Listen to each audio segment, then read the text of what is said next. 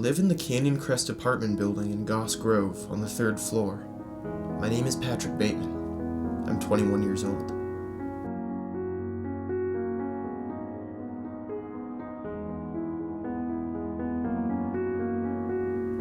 I believe in taking care of myself, in being fitted every day, and in knowing more about music than anyone else. In the morning, if my hair is a little messy, I'll put on a Carhartt beanie while practicing my Mixolydian scales.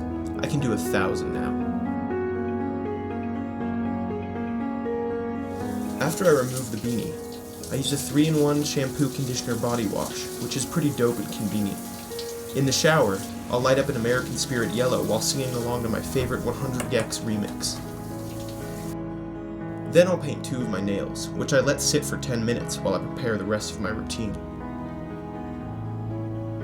Sometimes I'll wear a tiny little earring with a cross on it, because a dangly earring makes indie girls think you're sensitive.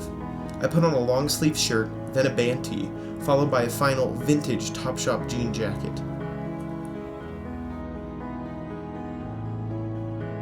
There is an idea of a Patrick Bateman, some kind of abstraction. But there is no real me, only an entity, something illusory. And though I can hide my immense privilege, and you can shake my hand when I bum a stove off you at the house show, and maybe you can feel flesh gripping yours, and even sense our music tastes are probably comparable, I simply am not there.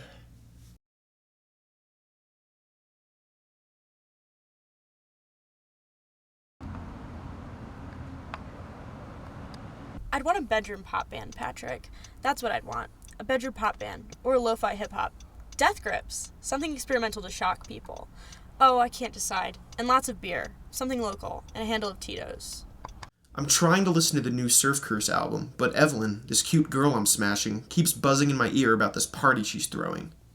A Facebook group for invites, a keg, dozens, hundreds of people posting it on Instagram. Those kids who take disposables at parties, and we'll hire someone to live stream. Patrick, we should do it. Do what? Be exclusive. Evelyn? Yeah, babe? Is your yerb spiked? We should do it. I don't know. I mean, I just got out of something really serious, and I don't know if I'm looking for something right now. And, I want to focus on the band if we're ever going to make it big. You're practically the leader of the band. You can do anything you want, silly. I don't want to talk about it. Well, you hate those guys anyway. Why don't you just quit? You don't have to tour. Because I want to fit in. That is a pretty sick jacket. Let me guess. Goodwill on baseline. The corduroy, it looks so robust. Your compliment was sufficient, Lewis. Halberstram, nice earring. How the hell are you? Alan has mistaken me for this bruh Marcus Halberstram. It seems logical because Marcus also works at the radio station and in fact does the same exact thing I do, and he also has a penchant for striped tees and Warby Parker glasses. Marcus and I even got into the Talking Heads at the same time, although I gave Stop Making Sense a slightly higher rating on Letterboxd. How's booking that Waxahachie gig going, Marcus? It's alright. Really? That's interesting. Not great? Oh, well, And how's Cecilia? She's a snack. Oh, yes, I'm very lucky. Hey, Alan. Congrats on that West Coast tour. You guys gonna rough it again in the van? Thanks, Baxter. Listen, Paul. Smoke sesh? No can do. Gotta get at Larimer at 10:30. Doors at 10. Great acoustics. Larimer Lounge? On a Friday night? How do you swing that? I bet he's lying.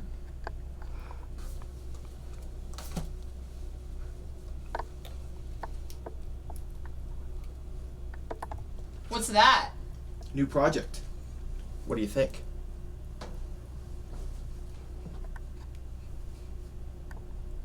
Whoa. Very nice. Take a listen.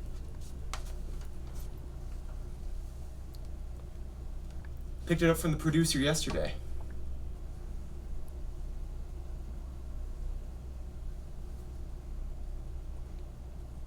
Good VST.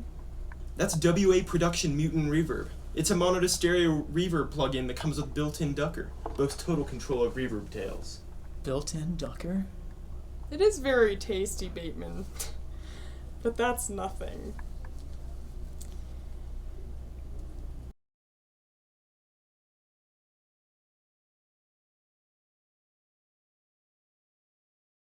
Listen to this.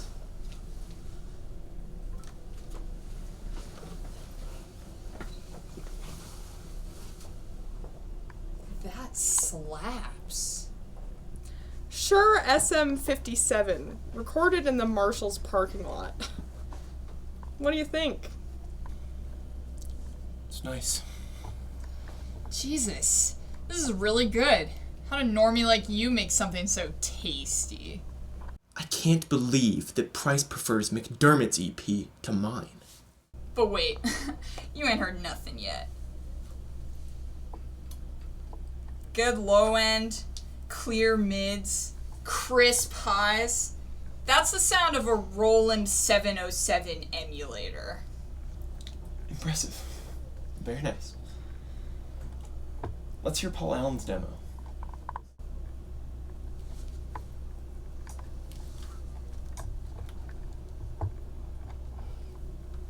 Listen to those subtle overdubs, the tasteful doubling. Oh my god, it even has a synth solo. Patrick, something wrong? You're sweating.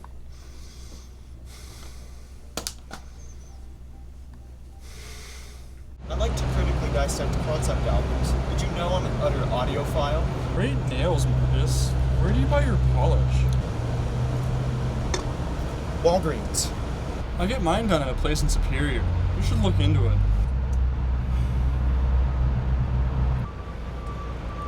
And Cecilia, how is she? Where is she tonight? Cecilia is, well, you know Cecilia. I think she's at the skate park with Evelyn Williams. My place for a nightcap? Come on, you dumb son of a bitch. I've got a preview of the new Dune adaptation and a fifth of Tito's waiting for us.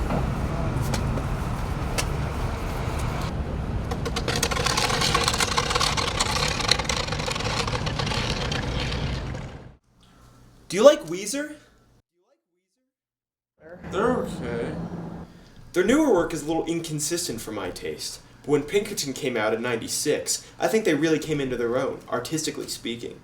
The whole album has a heavy, gritty sound and a lo-fi sheen that gives the songs a big boost.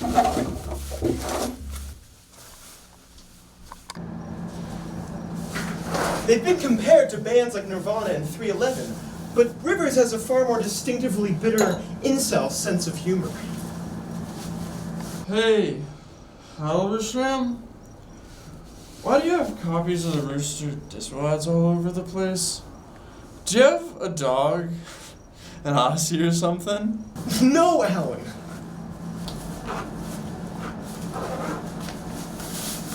Is that a raincoat? Yes, it is. In 1994, Weezer released this, their debut, the Blue Album, their most accomplished work. I think their indisputed masterpiece is Undone, the Sweater Song. A cut that bangs so hard that most people probably don't listen to the spoken word intro or the interludes between the verses. But they should, because it's not just about the pleasures of chilling with your bros at a house show. It's a personal statement about the indie scene itself. Hey, Paul!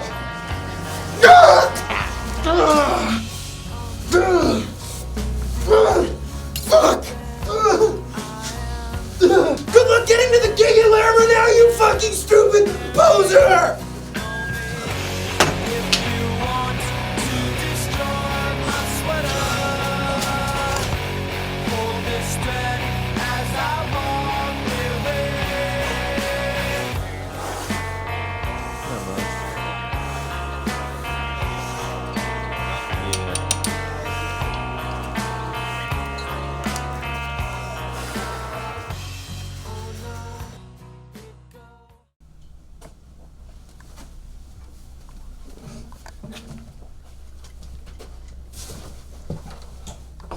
Hey Bateman, you're looking a little wild-eyed. Rough set at your little radio show earlier. Anyway, Price is back. He's drinking hard seltzer. He's a changed man. Except he still can't get to the fucking gig on time. Anyway, you should try Philip. He's a total look. He might have some. I'm not going on a hike unless we have Goomies. Pills, edibles, distillate. Come on, dumbass. Just get us some shorts. Keep it in your pants, okay? One sec, boys. Be right back. Face it, Japanese city pop is super tasty, and liking it does not make me a weeb.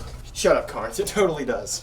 Hey Davis, how the hell are ya? Hi. Did you, get my DM? Bateman killing Alan and the E-Girls? Oh, that was hilarious. That's rich. It was a pretty long message, wasn't it? What exactly do you mean? The message you sent. By the way, Davis, how is Cynthia? You're still hanging out with her, right? But wait, Harold. What do you mean? Excuse me. Good to see you. Is that John Bowie? Carnes, wait. Davis, I'm not one to badmouth anyone. Your joke was amusing, but come on, man, you had one fatal flaw. Bateman's such a chode. Such an annoying, tasteless lightweight that I couldn't fully appreciate it. I wasn't fooled for a second. Now, if you'd said Price or McDermott, otherwise it was amusing. Now, let's go get lunch or dinner or something. Come on, hilarious Davis, a killer. What are you talking about? Bateman is what? Christ, he can barely initiate a meetup with a Tinder match, let alone... What was it you said he did to her? Okay, now if you'll excuse me, I really must... Listen, don't you know who I am? I'm not Davis. I'm Patrick Bateman. I see you on campus all the time. Don't you recognize me? You're my boss. Now, Carnes, listen to me. Listen very, very carefully. I killed Paul Allen, and I liked it. I can't make myself any clearer. But that's simply not possible.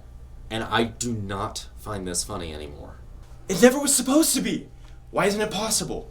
It's just not. Why not, you stupid boomer?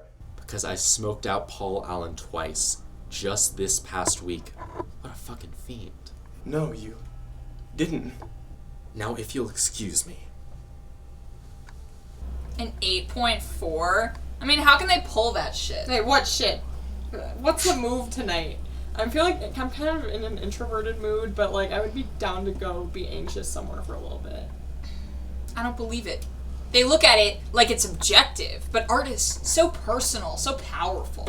It is totally objective. You poser, just like you were totally tasteless. But Kurt Vile and Courtney Barnett released a banging album, and you couldn't even get us into that Red Rocks 420 show. So, what can I say? I mean, I just don't see how anyone, could listen to an album like that and make that kind of assessment. How can you be so fucking, I don't know, chill about it? Some guys are just born chill, I guess. Bateman, what are you so fucking hyphy about? Oh, you know, just vibing. Going sicko mode. Hey, a tea break has done wonders for you, pal. Working for UNICEF now? Can we offer you another PBR or a White Claw, perhaps? Oh, brother, look. He presents himself as such a slacker, such a laid-back dude. But inside? Inside? Yes, inside. Price, believe it or not, we're actually listening to you. Bateman, come on, what do you think? Whatever. Hey, whose moronic idea was it to drink light beer? I needed an IPA. Like, NPR, Tiny Desk, I mean... Top 5. I mean, I honestly kind of think it's a little overrated, like, myself, but... Okay, well... You're crazy. I mean... There are no more barriers to cross. All I have in common with the uncontrollable and the insane, the vicious and the evil, all the subcultural gatekeeping I did, in my utter indifference toward it, I have now surpassed. My resentment is constant and sharp, and I do not hope for better vibes for anyone. In fact, I want my bad vibes to be inflicted on others. But even after admitting this, I know it doesn't matter. I gained no deeper knowledge about society or capitalism or whatever, and I know now that my star sign has no bearing on my personality. There has been no reason for me to tell you any of this. This confession has meant jack shit.